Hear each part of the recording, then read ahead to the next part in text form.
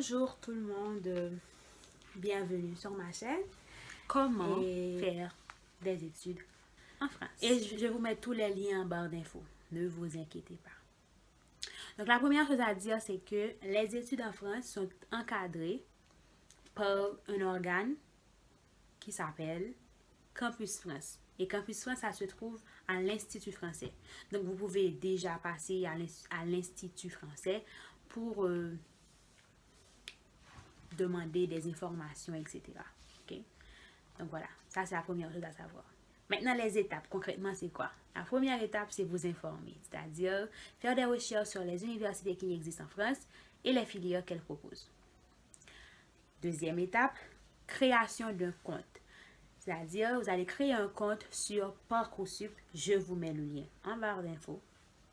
Et la troisième étape, vous allez remplir votre dossier sur ce compte que vous avez créé. Remplir le dossier, c'est-à-dire mettre vos informations personnelles, nom, prénom, etc. et vos études. Là, vous allez devoir justifier avec, par exemple, les relevés de notes. Si vous avez déjà passé les examens officiels, votre bac et les relevés de notes officiels, etc. Si vous êtes encore en philo, vos relevés de notes de la réto et de la philo, etc. Okay? Et vous avez bien sûr besoin d'un passeport valide. Tout ça. Tous ces documents, vous allez les scanner et les déposer sur votre compte en ligne. Okay? Étape, vous allez, en plus de soumettre des documents, vous allez également choisir 3 universités dans lesquelles vous voulez postuler. Et pour ces 3 universités, vous allez rédiger une lettre de motivation. Dans cette lettre de motivation, vous allez dire pourquoi vous avez choisi leur université et cette filière. Ok? Il y a des exemples sur Internet, mais il faut que ça soit professionnel, etc. Ok? Donc, bref. Quatrième étape, soumettre votre dossier à Campus France. Donc, pour que Campus France puisse valider votre dossier, vous allez devoir payer des frais de traitement de dossier qui s'élèvent à 80 $. Le bon dollar, oui. Ils vont vous donner un rendez-vous et vous allez vous rendre à l'Institut français pour payer ces frais. Voilà. Et après, Campus France va valider votre dossier, il va voir est-ce que c'est correct, est-ce que les informations sont correctes, les documents, les justificatifs, est-ce que c'est OK. Et si tout est OK, vous allez pouvoir passer à la 5e étape. La 5e étape, c'est qu'ils vont vous proposer un entretien pédagogique. L'entretien pédagogique, ça se passe avec un conseiller pédagogique et ça se passe à l'ambassade de France en Haïti. Donc, cette étape est vraiment importante parce que vous allez devoir présenter votre projet d'études. C'est-à-dire, le projet d'études, c'est je veux faire une licence, par exemple, à l'université Sorbonne. Je veux ensuite faire un master en droit pénal, en droit civil, etc. OK? Et ensuite, je veux devenir avocate pour défendre. Vous voyez, donc vous avez un projet d'études, vous savez en quelque sorte ce que vous voulez faire. Vous êtes donc vous êtes bien imbu de votre projet d'études. OK? Et la deuxième chose qu'ils vont vérifier au cours de cette entrevue, c'est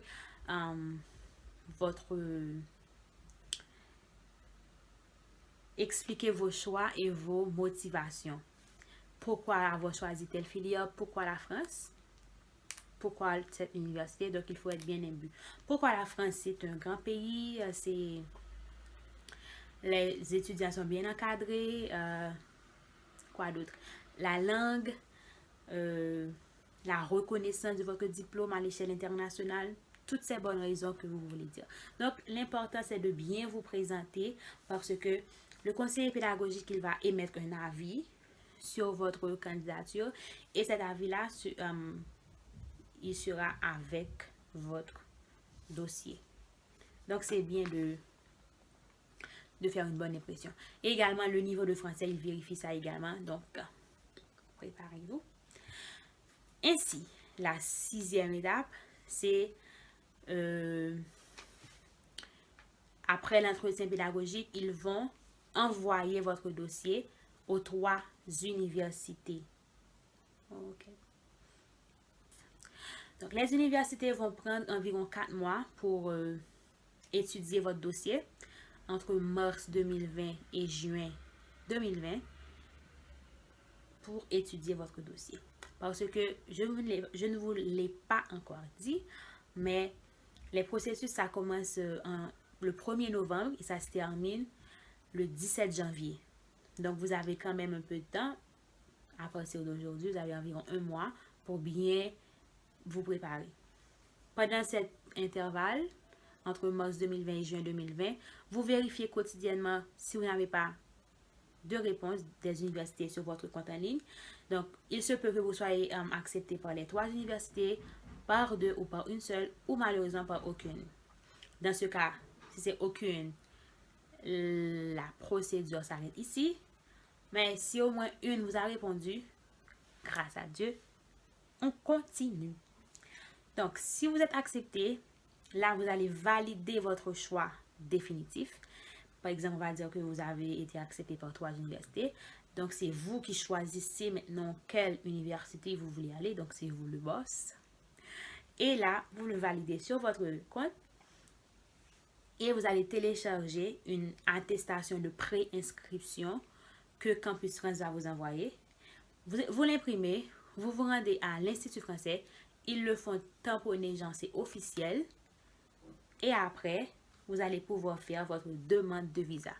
La demande de visa ne relève pas de Campus France ni des universités. Donc, il se peut que vous soyez accepté par les universités, par une université, mais on ne vous donne pas le visa. Donc, le visa, c'est une démarche à part. Et c'est pour ça que je vais quand même vous en parler parce que c'est très important.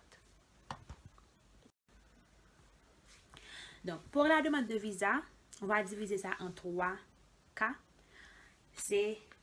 Qui sont les suivants. Le premier cas, vous êtes en mesure de payer les frais de scolarité et vous avez quelqu'un pour vous héberger en France. Le deuxième cas, vous êtes en mesure de payer les frais de scolarité, mais vous n'avez personne en France. Le troisième cas, c'est que soit vous pouvez payer. Le troisième cas, c'est que vous ne pouvez ni payer les frais d'inscription et ni payer un logement. OK? Parce que les frais d'inscription pour les étudiants étrangers, à partir de cette année, c'est 2770 € pour toute l'année. Donc, si vous prenez une étude de 3 ans, vous allez avoir payé cette somme en 3 fois à chaque année. C'est pas mal. Voilà. Mais il y a certaines universités qui choisissent d'exonérer les frais, les étudiants. Donc ça, vous pouvez faire des recherches pour voir quelle université, etc. accepte ou pas. On en revient. Donc, je parle de ces 3 cas pour la demande de visa parce que pour la demande de visa, en plus de l'attestation d'être inscrit, d'être accepté à une université, dans une université, l'ambassade, elle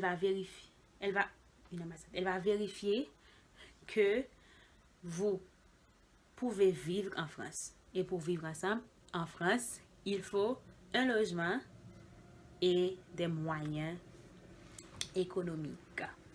Donc, le premier cas, il faut relevé bancaire de vos parents, etc., qui montrent que oui, vous pouvez vivre en France. Je pense qu'il demande un minimum de 8 000 € comme ça par année. Un truc comme ça. Donc, oui. Et vous allez avoir, la personne qui va vous héberger devra vous envoyer une lettre pour dire oui, elle accepte de vous héberger chez elle et des justificatifs pour prouver qu'elle a véritablement une maison. Par exemple, des fiches de paie du loyer, etc. OK? Donc ça, c'est le cas le plus simple. Mais Deuxième cas, vous pouvez payer les frais d'inscription, donc vous allez avoir besoin des relevés, etc., etc. Mais vous n'avez pas quelqu'un en France, là vous allez devoir faire une demande de logement. Et la demande de logement, c'est une démarche à part.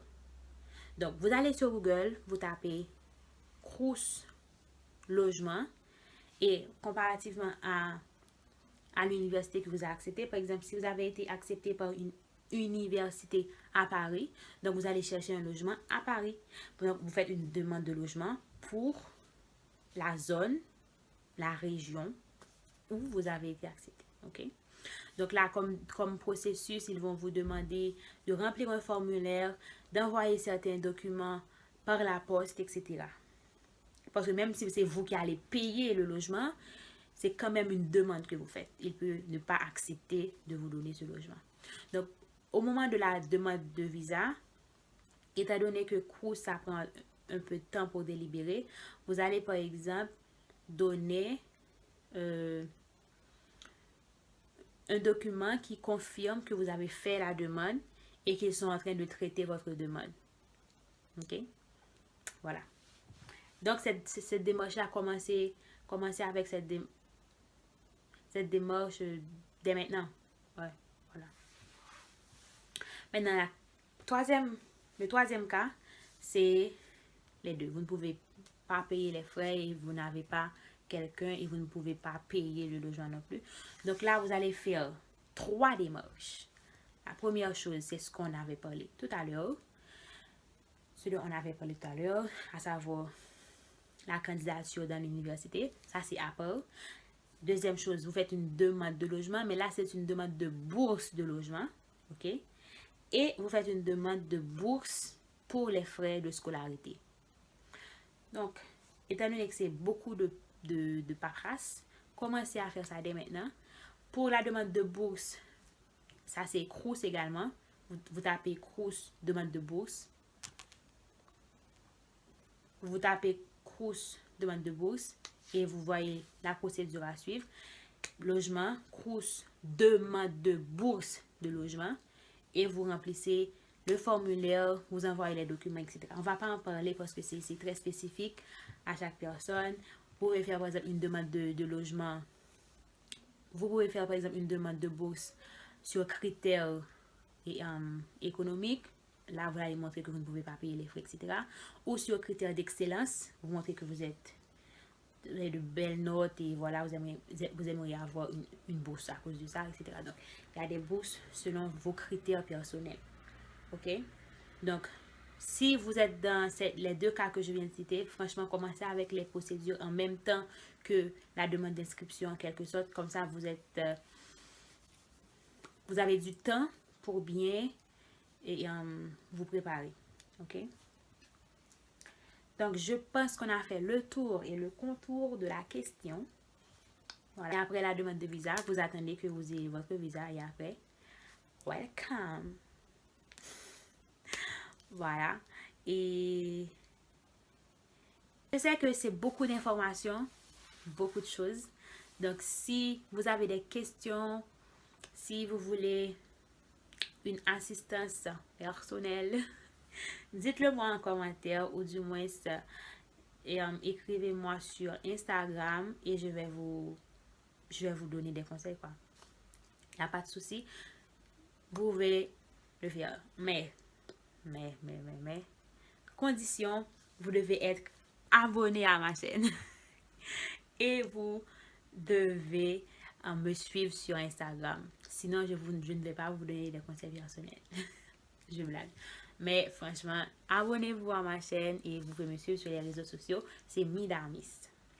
J'espère que cette vidéo vous a été utile.